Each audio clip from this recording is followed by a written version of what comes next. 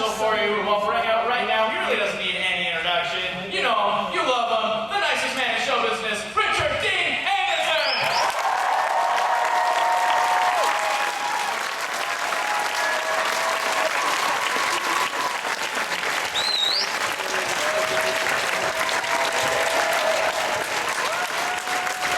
Now, before you sit down,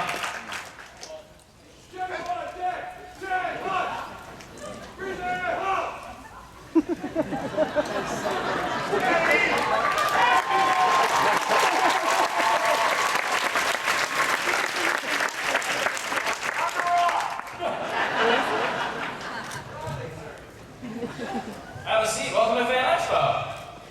You want to say Sandy? No, I was just trying to decide which chair. There were so many. I think it might be important to sit in the middle because we got a camera that is going to be on us, projecting our image onto these screens way over there. So You want that two-shot, don't you? I guess so. Come around. I'll move around.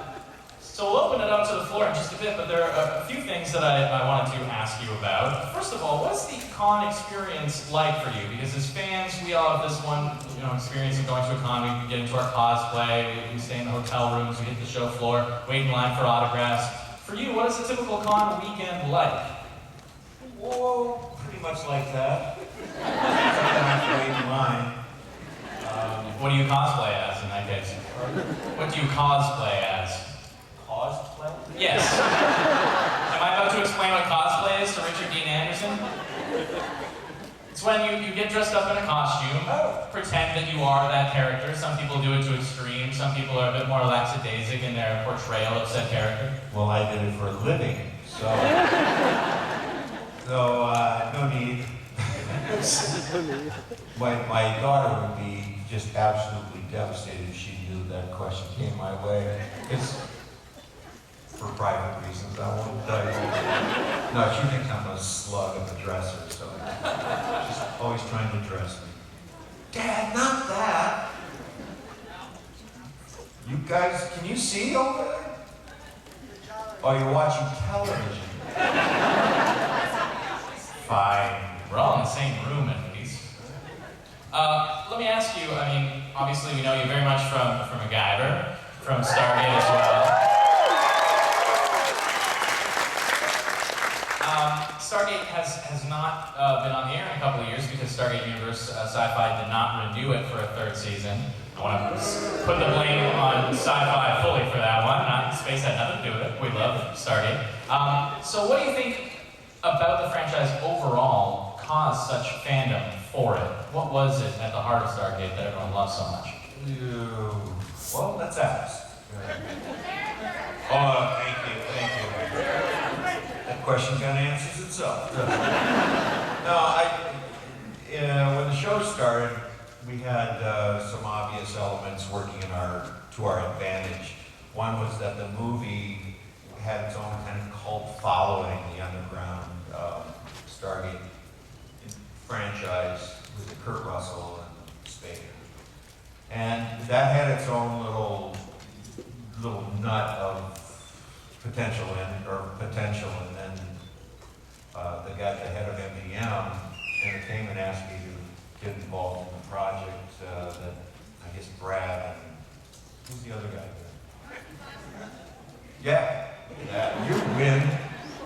And Jonathan Glasner had written.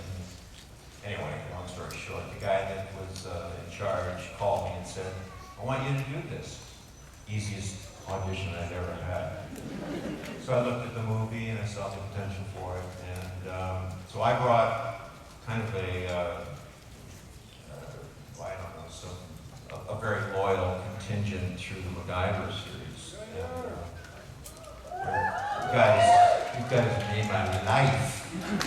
But they came along for the ride, and it worked out quite well. So we had that, and then as far as sustaining the attention of a loyal audience, I think for the most part, and I hear this a lot from audience folk, that what's that? It's the loudest camera.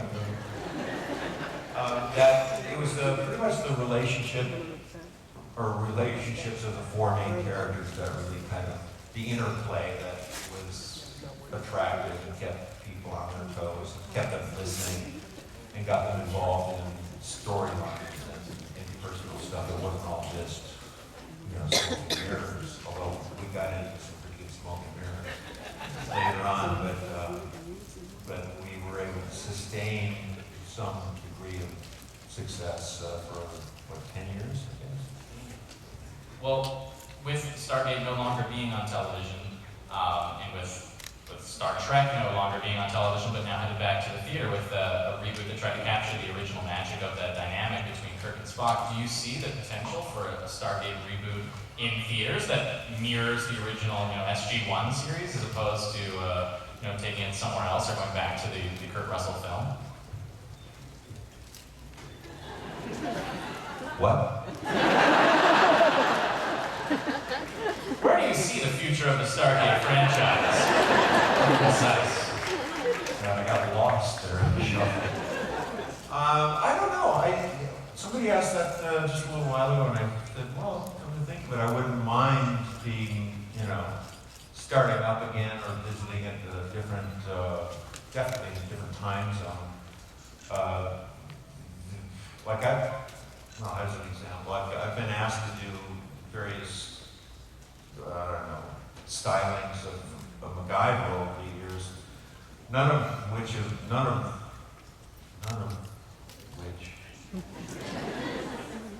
me and my grammar, right? Anyway, none of them interested me very much at all, and I really am not interested in starting over with MacGyver. I think he had his place in the mid-'80s with the hair and etc. And unless, and this was the butt of the question about Stargate, was that unless they made the adjustment to, say, MacGyver or Jack, MacGyver's easier because it was longer ago and I was younger, but unless they played him as, or wrote him as me today, or as in my age and my lack of physical conditioning, like he's fat, and he's, well, I haven't lost too much hair, but anyway, fat, slow, and slower, and sluggish, and no, I mean, it's for character stuff. You have to understand it's a lot more fun to play.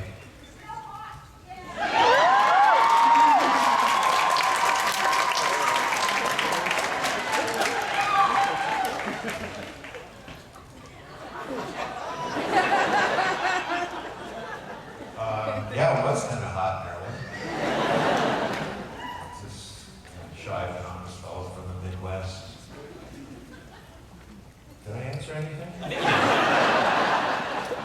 Well, we can go to the floor. If people have questions, I know Eric is out there with a microphone. Is he running around? I can't really see in the crowd. Well, let's go to the front row for this first question, and we'll find Eric with another question. Just shout it out, and I'll repeat it. Maybe it's not working. Take your time. That was Eric with a mic. Where did he go? That was not working either. Is this working? Oh. Is this working? Here, use mine.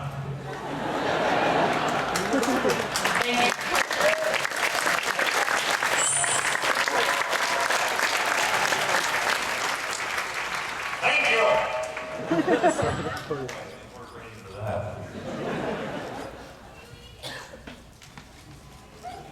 You didn't see my glass there? It was orange. And delicious. Here we go. From Alberta. Or Ontario. Did anybody ask a question? Oh. Sorry, I didn't move because there was some kind of feedback. Anyway, you've been involved over the years with numerous charities, most of which, a lot of what you're making coming here, the money is going there, which is fantastic. My question was more, what about those particular charities attracted you to become affiliated with that? And for those that are not already involved, what's upcoming that event-wise or promotion-wise that they may be able to get involved in? You really should just ask one question at a time. Those of you who know just how slow I really am. So, thanks a lot. Forgot who she was talking to. What was the question? No, it had to do with charities, I think, right? Well, which ones are you talking about in particular?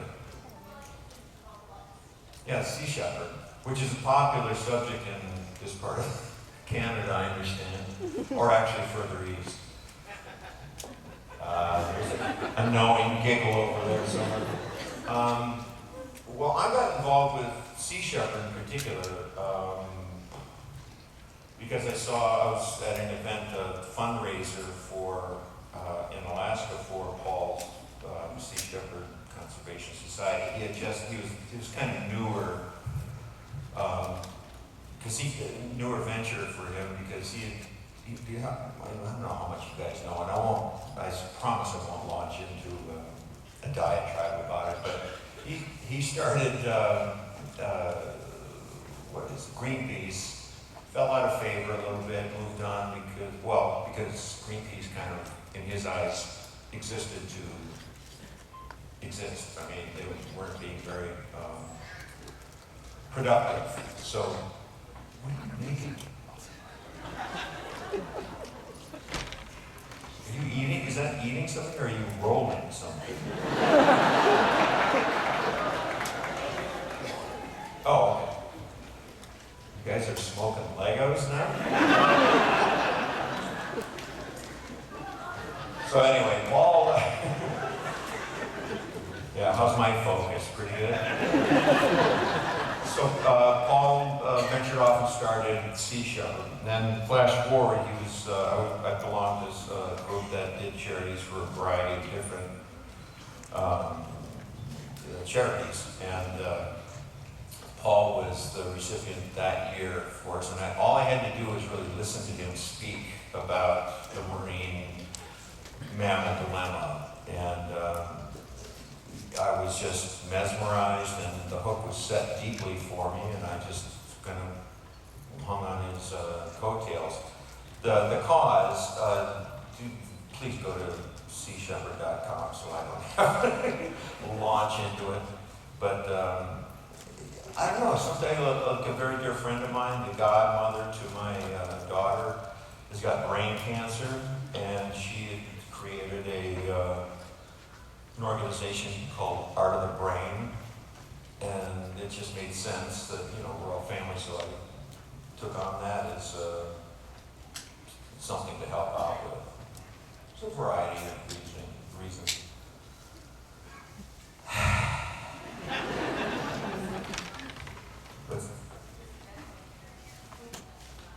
Oh God, yeah. Makes sense. Well, you don't know. Somebody are more private about it, maybe. Well, But it might be true. let's stay with charity, and let me ask a follow-up on that. Amanda Tappan has her own charity, Sanctuary for Kids. Yeah, very, very great charity. I feel like I run into her at least once or twice a year. She's delightful. Are you still in touch with Amanda? Do you hang out with her? What's your relationship like these days? We're seeing each other. Yeah. If only. Oh my God. Yeah, if only, huh? No, the last time I saw Amanda was a pretty long time ago. I don't know. I think I saw her in England. Or no, she snuck up on me on at some venue. And I don't recall. Oh, thank you. I saw her in Paris. Stay close.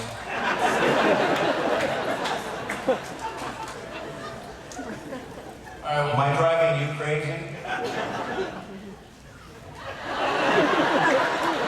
Well, yes. Do you want to go back to the floor for more questions? Is our runner with someone with the microphone? glasses on her head. And go. There she is. Hello. I have a question about the episode Window of Opportunity, which is definitely got to be one of my favorite episodes. Window of Opportunity. My question is, what was it like filming the same scene over and over again with adding different things in each scene? It was miserable. Absolutely miserable. Well, keep in mind though, we, in some instances, didn't have to shoot it more than once because it was repeated. So maybe we did just shoot it once and then kept redoing it. You know, it was no need to reshoot it because making a movie is like that. It's got technology that allows you to loop things around like that. As part of my answer. And no, I mean, shooting that show was not always, a lot of fun.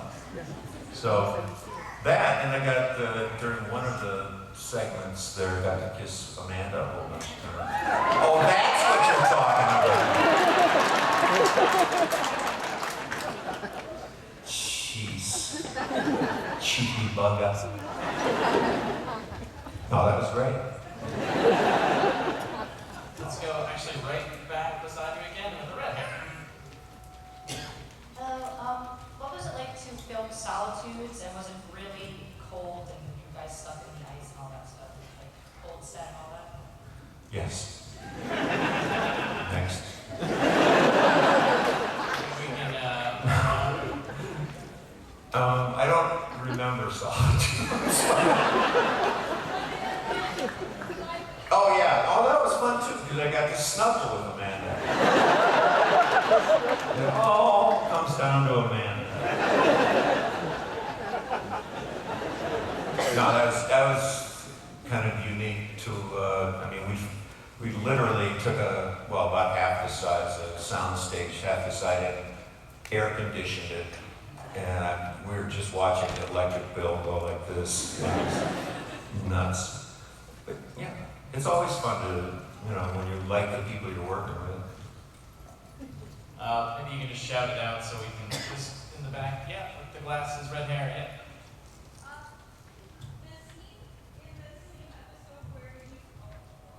The scene in the same episode where you guys were shooting the golf balls through the event horizon, I have never laughed harder in any of the episodes in all 10 years. Screamingly funny. What did you guys think about doing that, shooting the golf balls through the Stargate? I thought it was funny. Well, we kind of came up with the idea of, you know, that, I mean, it's such an obvious joke that you drive through the Stargate golf ball that ends up a millennia away, you know, and who got closest to the pin? That was always our question. We never found out. Can you say the quote in the middle of my backswing? Can I what? Say it again? No. Maybe sometime I'll catch you unawares. Otherwise, it's a performance. Acting. Well, let me ask you on that front with the comedy in the show. You know, so much sci-fi tends to be very, very serious. Yes, those are for us. It's just water. Brought to you by Subway, evidently. There you go. So much sci-fi, you know, tends to be very, very, you know, realistic and gritty. But Stargate had so much levity to it. Was that the key to its success? And was that more, you know, the creators, or was that more the cast? Because you're all very, very funny, clever people. Well, some more than others. No, it didn't start off so levitated. That's the wrong word. Elevated. What is, yeah, it became, it's not even lighthearted. It was just, I mean, for one thing, I don't know how to act very well, so I just kind of used pretty much part of my personality and brought that to it. And I had warned Brad and, well, actually I had warned MGM at first because after the first 2 days of dailies that we sent down to LA and MGM took a look at them and they were livid. They were just like, what the hell is he doing with that character? He's just he's being like glib and not serious, and he's not a military guy. And the guy that hired me came up and said, what are you doing with this character? And same thing, they just mumbled. And I said, you know, you're just going to have to trust me on this because the material is potentially very smart and can be very dry, and who wants to hear about something like that is the word lugubrious? I think not. Boring, I guess, is the word I was looking for. And I just said, trust me on this. I think I can do this. And at the premiere screening of it and the final edit, all the laughs were in the right place, and all the the light moments were there, serious moments were there as well. And we told the beginning of the story, and everybody apologized. So that kind of set the idea ahead. And I think all the other actors on the show are a little reticent. They were a little slow to come to that place where they felt comfortable enough to, do similar things, or they sure helped me out in the early years, because if they weren't that as patient as they were, I could have been left out to dry.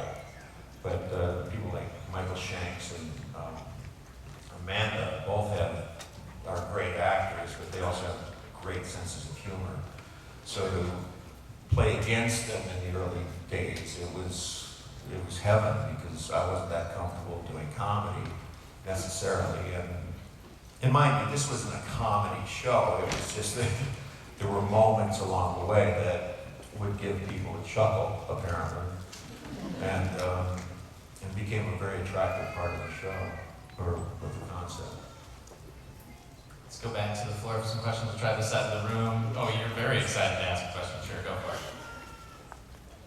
Maybe shout it out and I can repeat so you can keep things. Oh, were you with someone with the question? Maybe what we'll do is keep your hands up, and Eric will try to find people who have hands up after we answer this question. Here we go. Hello. You hear me? Yes. Okay. Sorry, I don't speak English very well. I've just come from Italy just to meet you in person, and I'm so excited. A legend, a real legend.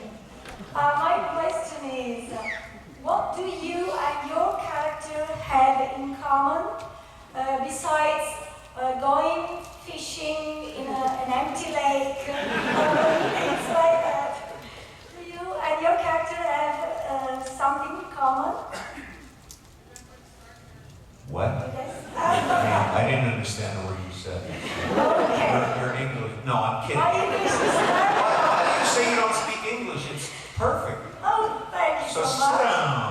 My husband is filming everything. Oh, It's you're like- married? So excited. No, I'm being cheeky now. The question was, Oh, how much am I like Jack? yes. What do you think? I mean, what you've seen here today, what gives you the idea that Jack would be any different than I am? I think you are very similar. Simple? Similar. I got you. All right, sit down. No, kidding. Stand up and stretch. No, it became, as I said before, I really can't act. And my attempts just tend to bring out the natural parts of my personality that I can't hold down. I think. It's all in my book. right, is Eric up there with someone else with a question? Where is he? Look at all the hands, there's a Yeah, cluster. this is fun. Yeah. Oh, way down there. Hi. I wondered if the other side. You have to understand, there's a speaker right here, so. Okay. Okay, I wondered if you ever gone into an online forum or chat room under another name to see what fans were saying about you? So, there's a lot of fandom on the internet, people posting their thoughts. Have you ever gone onto a chat room or message board just to assess what people are saying about you and your work? oh God, no. No, yeah, I have a hard enough time, you know. Well, I keep making mistakes on Twitter. I don't know what that's all about. Apparently, I've been giving out my home address every time I tweet something. Is it location button? Yeah, 62,000 people know where I live now. Total strangers showing up, selling tickets now. So I'm not really big on, what's it called? Social media? Social media. Well, let's stay on the topic for a second, though. I mean, that wasn't something that was around in the 80s when you were doing MacGyver, strictly introduced with Stargate in that era. Now it's so prevalent that, TV shows are putting hashtags up while you're watching the show so that fans can have immediate input and access. Do you think that's making the medium of television better, or do you think that it's maybe taking power away from the creators and putting it into the hands of people who just have vested interest in certain characters or aspects of the show?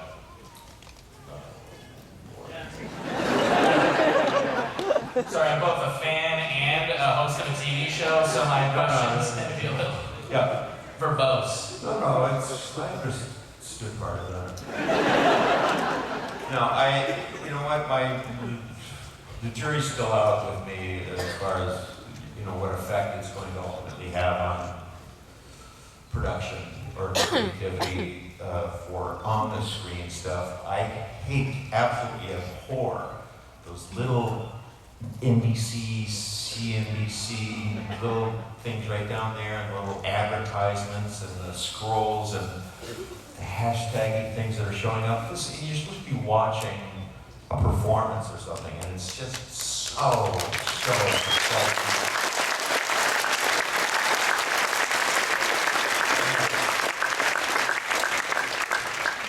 I didn't know it was such a hot topic. But, yeah, I suppose that if they, I don't know, use the commercial time to sell your stuff,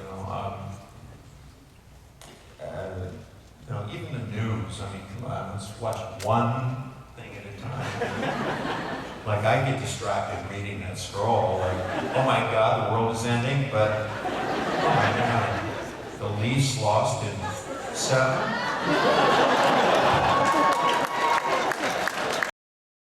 How could that happen? No, how could that happen? No. All right, we'll go back to the floor. Where's Eric now? Has he found someone else? Oh, back there. Hi, my apologies for miswording this if I do. I checked out your website, and apparently some people have been pretending to be you on the internet, and they posted a video blog saying, please don't do this again. Did you ever follow up and find out if the people had stopped? I have to be honest with you. I never knew it was happening in the first place. That's both sad and insightful. But no, I was told that it was doing that by a dear friend of mine. We all know Paul Brown. He alerted me to this, and because it's happened before. There have been other instances where there have been references that are a little too close to, using me as product or my voice as confirmation that something's good to donate to, etc. But Dear Paul makes the whatever legal calls that need to be made and denials, etc. But it's something that's always going to be around, I suppose. I mean, it's been around, that kind of impersonation, or I forget what the term is, but what is the term? Identity. Yeah. Spoofing people. Yeah, hangers on, shrubs. We like to call them shrubs. Yeah, it's always going to be around as long as people are, selfish and lazy, which is, why I'm so successful. Let's go back to the floor. We got someone up this side again. Blonde hair. Hello. Since you're such a big science fiction hero to all of us and Earth, I was wondering, do you believe in aliens yourself? Do you believe in aliens yourself? Are you a believer? Boy, it's a tough one to say. Either way. I'm rather pragmatic about it, he said, dodging the subject. It's going to be interesting to see you're all aware that Area 51 just just acknowledged that they actually existed, which is big of them since we have pictures of them from the air. Yeah, that's there. It'd be interesting to see how much they divulge about what's been going on in there, But I myself am I'm a believer. I think they're out there. No, I do. No, I don't. But I do. I really do. They're out there.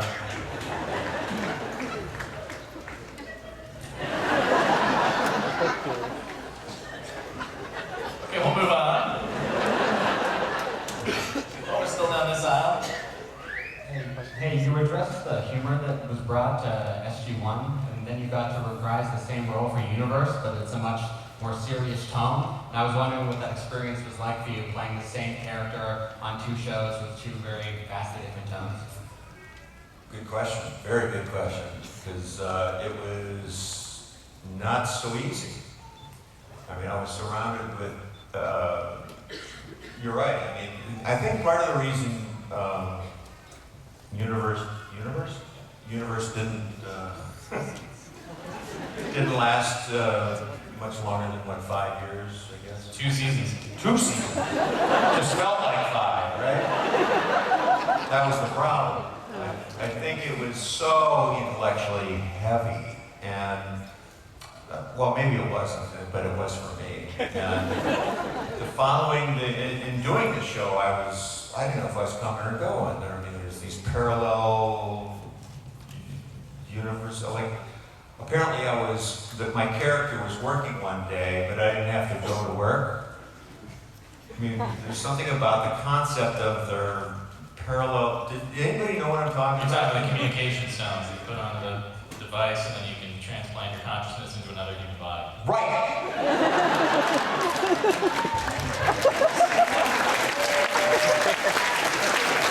Well, no, it was literally my job for 2 years to follow Stargate Universe and talk about the episode, so. My condolences. No, I love the show, actually. I did. Robert Carlyle is really a fun guy. But I honestly, it was too thick for me. It was just like dark as well. Good ones. Any others? Too long? Say again. Very nice. Took too long to get to the main point. They never actually got there because they didn't get a season 3, so. Yeah, it was, I was sorry to see it go. No, it's sad. It's fine. It just couldn't garner that much of an intellectual, a lofty intellectual air about it, or through line concept. And survive. Too thick, too heavy, too dark. Well, let's move on then. No need. Where are we at now? Over there, right there, with the goggles on her head. Hi, I have a quick favor to ask and then a question. The favor is just my mom said she'd better not be here, and I think it had to do with maybe her not making it back to my dad after. So I was wondering. Basically, You still got it, is what it is. I was wondering if you could say hi, Susan, for my mom in Ottawa. Hi to my mom from Idaho.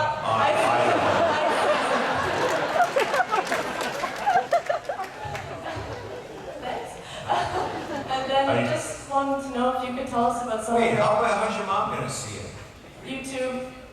There's this thing called the internet. There are videos of people talking. Mom in Idaho? Ottawa. Oh, This is Ottawa. Ottawa, Ohio? Happy birthday, Mom.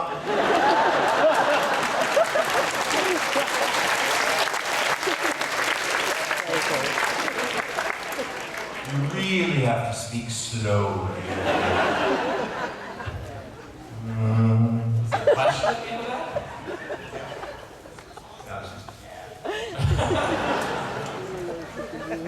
Okay, we got someone coming down the aisle right there. Hello. I grew up watching you on MacGyver with my father, Dad's big geek. And his question for you was, did you enjoy MacGyver and what was your favorite part about it?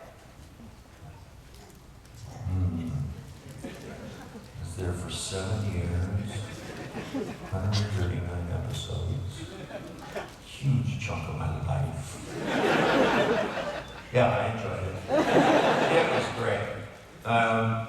For one reason, aside from the concept being kind of the character being kind of a free to do anything kind of guy,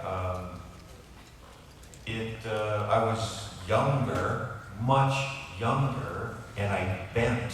I didn't break until later on when I did break my back, and it's all been downhill ever since. But no, it was so much fun because I was young and healthy, and I drank, and it was a great part of my life. It's over now. But no, that part of my life was really great. I was, and then of course after 2 years of shooting in California, we moved to Vancouver, Canada,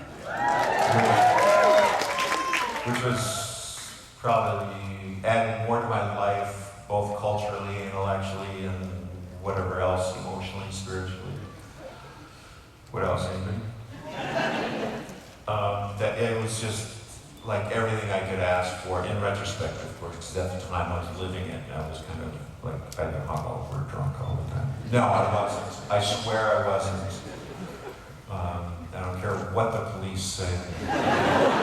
No, it was a great experience. I mean, think about how much fun you could have doing all this. So they paid me to break my back and fingers. It was great. No, stunt double. Well, stunt double, yeah. Some of those things. They would let me hang under a helicopter flying over the ocean aboard a horse. Anybody remember that? First day of shooting on MacGyver. No. Second week. Oh shit. Here, let me think about it. Let's not let me think about it. Okay, we'll go to someone out in the crowd. We got a little further right side, yeah. Hi. I was a huge fan of MacGyver. You were my biggest high school crush. Awesome high school. My question is, I'm going back even further than that. If you ever had the chance, were invited back to General Hospital as Dr. Jeff Weber, would you ever come back to the show? Oh, you're not old enough. Yeah. I was young watching it, but I remember. Jeff and Heather. My God. I actually saw, Yes. got trapped watching an episode of Today's General Hospital. Still watching, I'm a huge fan. Are you watching it still? Oh, God, yeah. Oh my God. I mean, is anybody from General Hospital in here? Boy, is it tough to watch. I mean, it's, why is it hard to watch? Well, no, it's just so, well, I suppose if you follow it day to day forever, you can understand what's going on. But the difficulty in watching it was that, first of all, I just jumped in the middle of nowhere, and what on earth is going on? There's some familiar faces, Tony Geary and Ken Schreiner, I guess, some other people I don't quite remember, but it was great to see how they've aged worse than I have.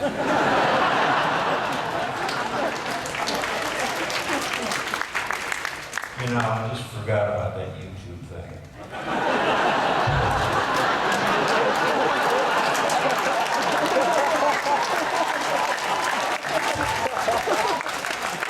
Well, I'm gonna stay in Canada. See how much more trouble you can get in. We got time for one more question before we wrap things up. Where are we at? I just want to say a huge fan of MacGyver and Stargate. Going forward, are we going to see you in any future projects?